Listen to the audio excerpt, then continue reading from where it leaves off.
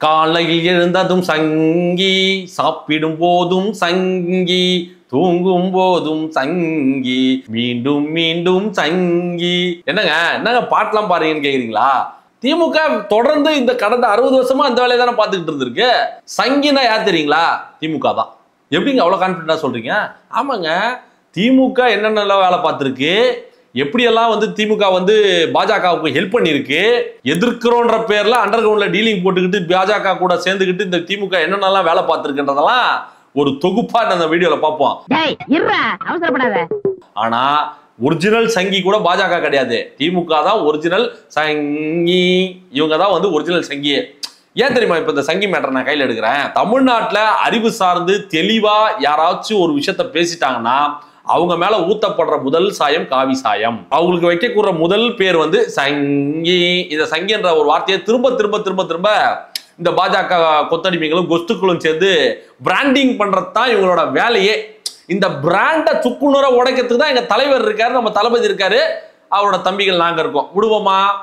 என்ன நடந்ததுன்னா, நம்ம அருண் ஐஆர்எஸ் அவர்கள் நம்ம கட்சியில வந்து சேர்ந்தாரு. அவர் பேட்டி கொடுத்தாரு, அதெல்லாம் நீங்க பார்த்திருப்பீங்க. அவர் யாரு என்ன, ஒரு பூர்வீகம், சேலத்துக்காரு, முதல்ல டாக்டரா இருந்தாரு, அதுக்கப்புறம் வந்து ஒன்றிய பணிக்கு, அதாவது வந்து அந்த ஐஆர்எஸ் பதவிக்கு எல்லாம் போனாருன்றதெல்லாம் அவரோட அந்த அவரோட வாழ்க்கை வரலாறுலாம் அவர் பேட்டியிலேயே பேசியிருப்பாரு. இப்ப முக்கியமா வந்து நம்ம என்ன இங்க டிபேட் பண்ண வந்திருக்கோம்னா, இந்த ஐபிஎஸ் ஐஆர்எஸ் இந்த மாதிரியான இந்த ஒன்றிய அரசு பதவிகள்ல இருக்கக்கூடிய அதிகாரிகள் எப்பவுமே வந்து அவங்களோட அரசியல் நிலைப்பாடு என்ன, கொள்கை என்ன, சித்தாந்தம் என்ன, இதெல்லாம் பெருசா எக்ஸ்போஸ் பண்ண மாட்டாங்க. அவங்களோட பர்சனலான விஷயங்களை எதுவுமே வந்து அவங்க பப்ளிக் டொமைன்ல வந்து எப்பவுமே எக்ஸ்போஸ் பண்ண விட மாட்டாங்க இந்த ஹையர் அத்தாரிட்டிஸ்ல இருக்கக்கூடிய அதிகாரிகள், ஒன்றிய அரசு அதிகாரிகள். ஆனா அதுல இருந்து ஒரு விதிவிலக்கு நம்மளோட அருண் அவர்கள். அவரோட நிலைப்பாடு என்ன? ஏங்க, நான் வந்து ஒரு பெரியாரிஸ்ட், அம்பேத்கரிஸ்ட், காமராஜர், கக்கன் போன்ற தலைவர்களை ஃபாலோ பண்ற ஆளு. நான் என் நிலைப்பாடு என்னன்றதை நான் சொல்லுவேன், நான் பேசுவேன்னு அவரோட ஹிஸ்டரியை திரும்பி பார்த்தா தெரியுது. இவங்க எதன் அடிப்படையில அருண் அவர்களை வந்து சங்கின்னு பிராண்டிங் பண்றாங்க எனக்கு உண்மையாலே புரியலைங்க. அவர் வந்து ஒன்றிய அரசு பாஜக ஆட்சி இருக்கும் போதே சிஏஏ சட்டத்தை எதிர்த்து பேசியிருக்காரு, இந்த ஊடக சுதந்திரம் பறிபோதுன்னு பேசியிருக்காரு.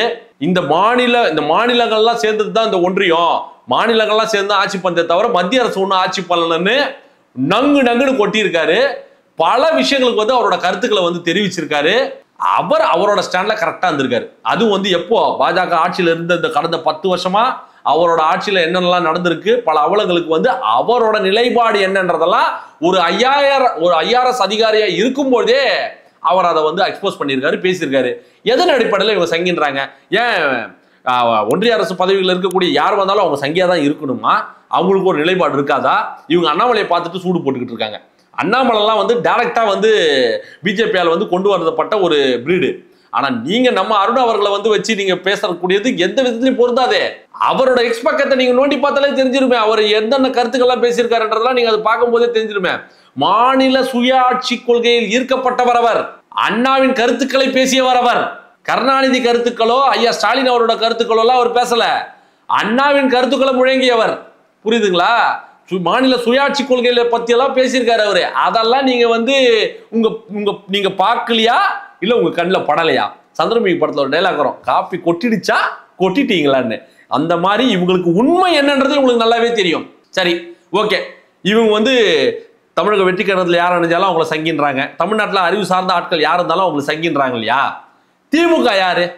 தமிழ்நாட்டில் இது பெரியாரோட மண்ணு, இங்க வந்து பாஜகவுக்கு இடமே கிடையாதுன்னு சொல்லிக்கிட்டு இருக்க திமுக தான் முதல்ல பாஜகவுக்கு தமிழ்நாட்டில் வந்து அடித்தளம் போட்டு குத்ததே இந்த திமுக தான். என்ன வர சொல்றீங்கன்னு நீங்க கேட்கறது எனக்கு கேட்குது. என்ன தெரியுமா பண்ணியிருக்காங்க இவங்க?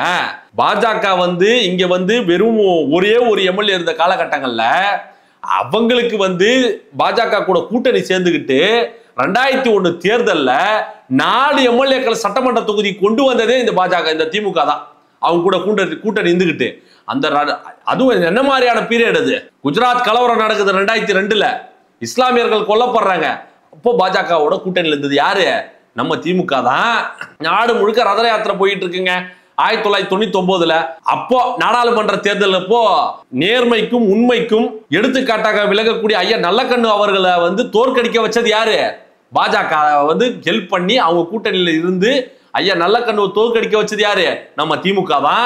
இப்படி பாஜக கூட மறைமுகமா கூட்டணி வச்சுக்கிட்டு வெளியே வந்து என்ன சொல்றது, go back Modi, go back மோடின்னு சொல்லி கருப்பு பலூன் காட்ட வேண்டியது, அதுக்கப்புறம் வெள்ளக்கூடியை தூக்கின்னு போயிட்டு நிக்க வேண்டியது. என்ன பொழப்பு இது? இவங்களோட ஹிஸ்டரியெல்லாம் எடுத்து பாருங்களேன். ஒரே ஒரு எம்எல்ஏ இந்த பாஜகவுக்கு 4 எம்எல்ஏ கொண்டு வந்தது எச் ராஜா மாதிரி ஆளுங்கள்லாம் வந்து ஜெயிக்க வச்சதே திமுகங்க. இன்னைக்கு நம்ம தலைவரை பார்த்து ஜோசப் விஜய் சொல்லி பேசிக்கிட்டு இருக்க இந்த எச் ராஜா மாதிரியான ஆட்கள்லாம் வந்து சட்டமன்றத்துக்குள்ள கொண்டு வர வச்சதே திமுக தான். யாரோட ஆட்சியில? திமுகவோட கூட்டணியில் இருக்கும் போது தான் நடந்திருக்கு. ரத யாத்திரை போகும்போது அவங்க கூட கூட்டணி, குஜராத் கலவரம் நடக்கும் போது அவங்க கூட கூட்டணி. இதை கூட விடுங்க, இப்ப பாஜக, அந்த டைம்ல பாஜகவோட ரொம்ப அக்ரெசிவா இருந்தது காங்கிரஸ். எமர்ஜென்சி பீரியட்ல இந்திரா காந்தி அவர்களை எதிர்த்து போராட்டம் பண்ணி கருப்பு கொடி ஏத்தி கொடி போராட்டம் கீராட்டம் எல்லாம் சொன்னாங்க. அடுத்த எலெக்ஷன்லயே அவர் ஒரு வசனம் எல்லாம் பேசியிருப்பாரு, நேருவின் மகளே வருக, நிலையான ஆட்சி தருக. எப்படி இவங்களோட பதவிக்கும் அதிகாரத்துக்கும் ஏதாவது ஒரு பாதிப்பு வருதுன்னா முதல்ல போய் சரண்டர் ஆவறதே நம்ம ஐயா சாமி தான்.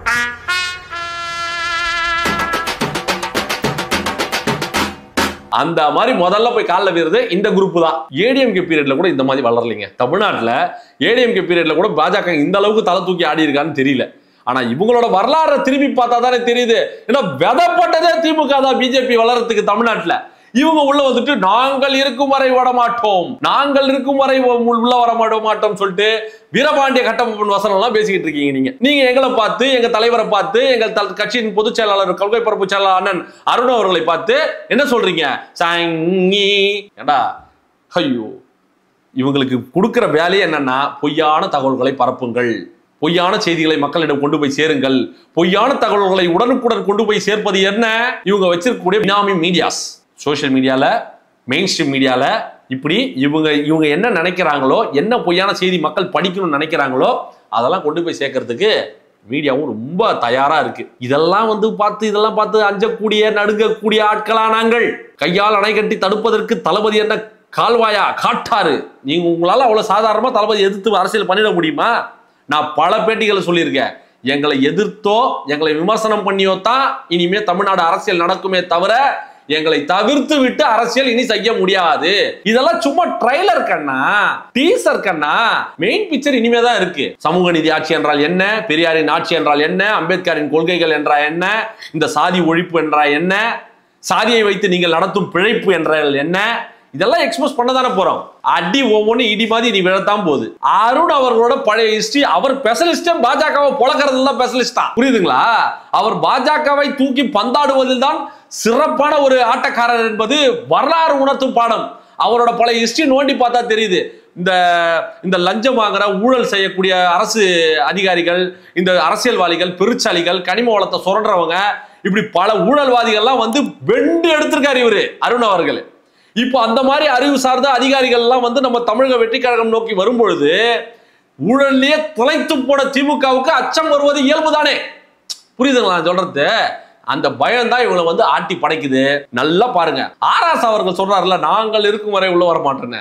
அண்ணன் ஆராஸ் அவர்கள் வந்து மத்திய அமைச்சர் ஆனதே வந்து பிஜேபியோட கூட்டணியில இருக்கும்போது தான், பிஜேபி இருக்கும்போது தான் அவர் மத்திய அமைச்சர் ஆகிறார். கொடுமை என்னன்னா 2002 நான் முன்னாடி உங்க வீடியோல சொன்னதுதான், 2002 குஜராத் கலவரம் நடக்குது, அங்க இஸ்லாமியர்கள் கொல்லப்படுறாங்க. அப்போ அவங்க கூட கூட்டணி இருந்தது யாருங்க?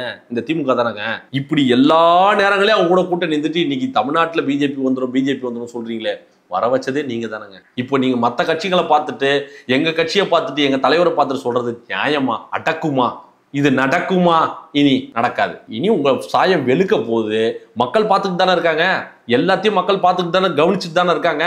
நீ உங்களை கொதிச்சு போயிருக்காங்க மக்கள். இவங்க நல்லா பாருங்களேன், மக்கள் கேள்வி கேட்கும் பொழுது, மக்களுக்கு கோபம் வரும் பொழுது, எப்பெல்லாம் மக்களுக்கு கோபம் வருதோ, எப்பெல்லாம் மக்கள் கோபப்பட்டு இவங்களை பார்த்து கேள்வி கேட்கறாங்களோ, அப்பெல்லாம் இவங்க என்ன சொல்லுவாங்க?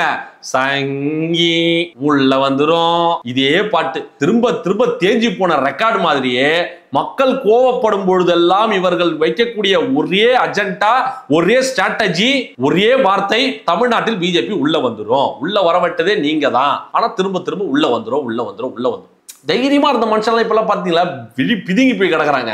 சரிங்க, ஆளுநர் என்ஆர் ரவி வந்து இங்க தமிழ்நாட்டுல வந்ததுல இருந்து கூச்சல் போட்டுட்டு இருந்தாங்களா இவங்க. ஐயோ நம்ம மாநில சுயாட்சி போது, எதற்கு ஆட்டுக்கு எதுக்கு தாடி எல்லாம் நாட்டுக்கு எதுக்கு ஆளுநர்லாம் சொல்லிட்டு அண்ணாவோட வசனத்தெல்லாம் பேசிட்டு இருந்தாங்கல்ல.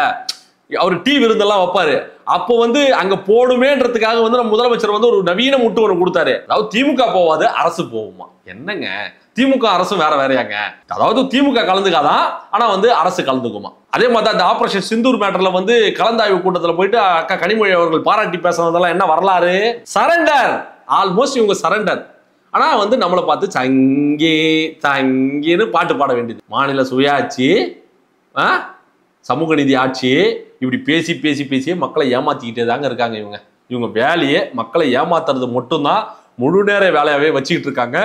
இனி மக்கள் ஏமாற தயாராக இல்லை. 2026 உங்கள் சாயம் வெளுக்க போகிறது. வீட்டுக்கு போவது உறுதி. நான் இந்த வீடியோ மூலியமா நான் சொல்லிக்கு வர்றது ஒன்னே ஒன்று மட்டும்தான். பல பொய்யான அவதூறுகளை இவங்க கட்டி விட்டுக்கிட்டே இருப்பாங்க. இவங்களுக்கு கொடுக்கப்படுற வேலையே அதான். நீ அதை போடு இதை போடலாம், அவங்க அதை திரும்ப திரும்ப செய்வாங்க. நாம தான் இனி கவனமா எந்த விஷயத்தை எடுத்துக்கணும், எந்த விஷயத்தை தூக்கி போட்டுட்டு மக்கள் பிரச்சனை பத்தி பேசணுன்றத நம்ம தான் கவனமா ஹேண்டில் பண்ணணும். சப்ஸ்கிரைப் பண்ணுங்க, தயவு செய்து சப்ஸ்கிரைப் பண்ணிட்டு லைக் பண்ணிட்டு வீடியோ பாருங்க. மீண்டும் ஒரு சிறப்பான தரமான சம்பவத்தோடு உங்களை நான் வந்து சந்திக்கிறேன். கான்பிடென்ட்டாக இருங்கள், வெற்றி நிச்சயம், ஜெயிப்பது உறுதி. நன்றி, வணக்கம்.